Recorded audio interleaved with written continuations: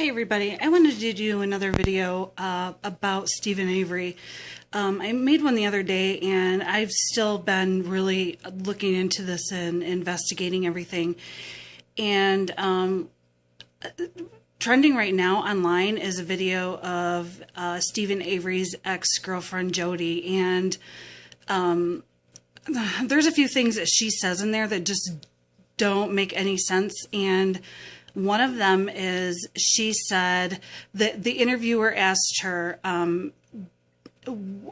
you stated that there was no way that Stephen Avery could have committed these things because he was with me, and you can't kill somebody in 15 minutes. They asked Jody if she remembered saying that. She said, "Can you repeat the question?" And so the interviewer asked her again, and she looked really, I don't know. I didn't believe her. Not at all. I think that there's something really, really wrong going on here. There's something really wrong in our system. And, you know, unless somebody stands up and does something about this, somebody in our system says, you know, I'm going to right this wrong. You know, our system, like, is really, really messed up. I mean, how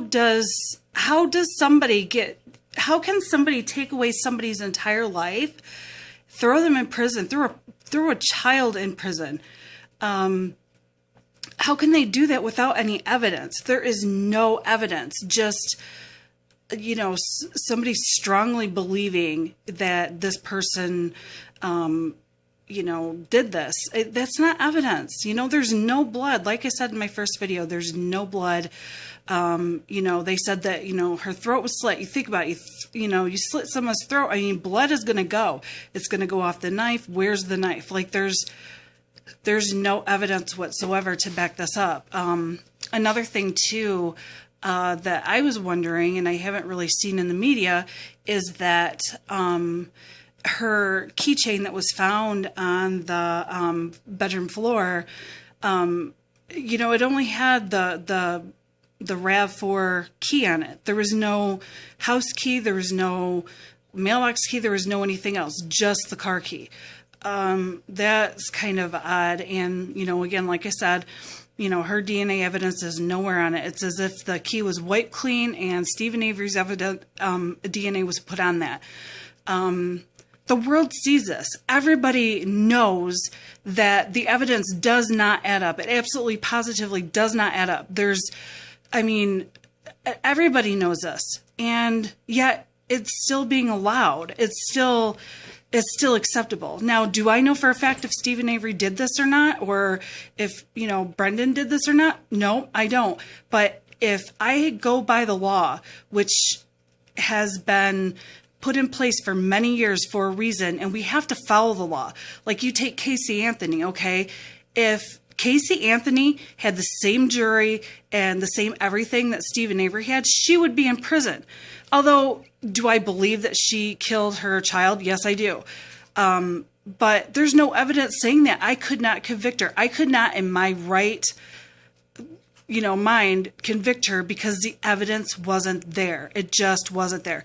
Just like Stephen Avery, the evidence isn't there. Now, what evidence is there is clearly planted. The bullets are on the floor with the DNA on it, but there's no gun. There's no blood. There's no anything. Just the bullets with the DNA on it. Like, the DNA was put on it and then they were planted. It says that, you know, they had 4 days to clean up the mess. Oh my God, come on. I mean, one thing Stephen Avery is not is a housekeeper.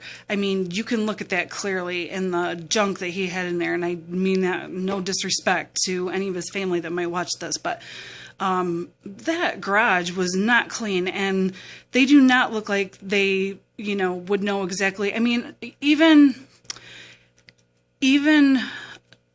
professionals cannot get in there and get blood spatter out of there like that. It just, and then even then they have machines and detectors that can go in there and with infrared light and see blood. They took those in there. There was no blood to be found. It just 4 days later, you know, specialists have taken things in to crime scenes years later and found blood through the infrared. You're talking 4 days later, they can't find a drop in the house, out of the house.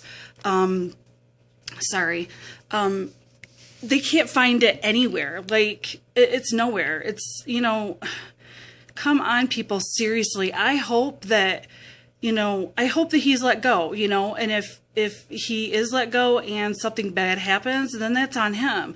But I hope he's let go because our judicial system did a wrong. Now, what I think is I think that they strongly believe that he's the one that did it, and they planted the evidence to make sure he was convicted. That's what I believe. And I think that, that's wrong, because that can happen to any one of us. The laws are put into place to protect us. And if we don't protect those that a wrong is done against, then it could happen to anybody. It could happen to someone you love. It could happen to you. It could, and nobody wants that. So, the only thing I can do is state my opinion and put it out there and, let his family know, or his friends or whatever, I don't even know, that I believe that what was done to him is wrong. And Brendan, oh my God, don't even get me started on that. And another thing, like, I want to state, Nancy Grace, seriously, if you see this, like, when you have people on your show, shut up. Let them talk. I mean, Donnie Wahlberg, he was the only one on your show that day that made any sense whatsoever, and you kept cutting him off. It's like, wah. Seriously, people are just sick of hearing it. It's like, did he say that, Stephen Avery was responsible for what he did? No, that's not what he was saying. He was saying that that Brendan would have never been in that situation if Stephen Avery had not invited him over. So, in part, Stephen Avery, is the one that initiated all of this. And Brendan, being mentally handicapped, his uncle should have known better. He should not have put his nephew in that situation. Now, is Brendan guilty if he did it? Absolutely. Hell yes. Donnie Wahlberg never said that he wasn't. He never said that Brendan wasn't, responsible for his own actions. But you misconstrued things as you normally do, and you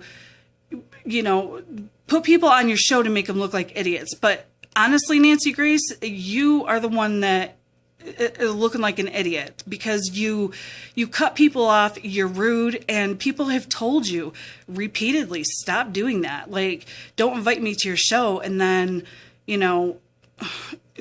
do stuff like that. I mean, really, honestly, us people out here are sick of it. I mean, I hear it all the time. It's like, oh my God, Nancy Grace is on, shut it off. I mean, it's going to be a point where the ratings are going to go down. People are going to be sick of watching it. And I'm just letting you know, if you care about your ratings or whatever else, chill out.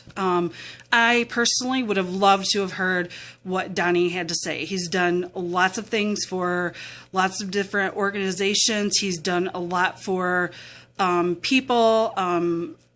People know and respect Donnie. They would have loved to have heard everything he had to say, but unfortunately, I think you thought what you had to say was more important. But and maybe next time you should just, I guess, host your show and talk to yourself, since you like to listen to what you have to say. But anyway, that's my thoughts about that. And I will end it here. And if anybody hears anything more about the case, or, learns anything more, or like I said, wants to dispute this, what I have to say, please let me know, because this is all, hearsay. It's all like what I'm hearing. So anyway, talk to you later. Bye.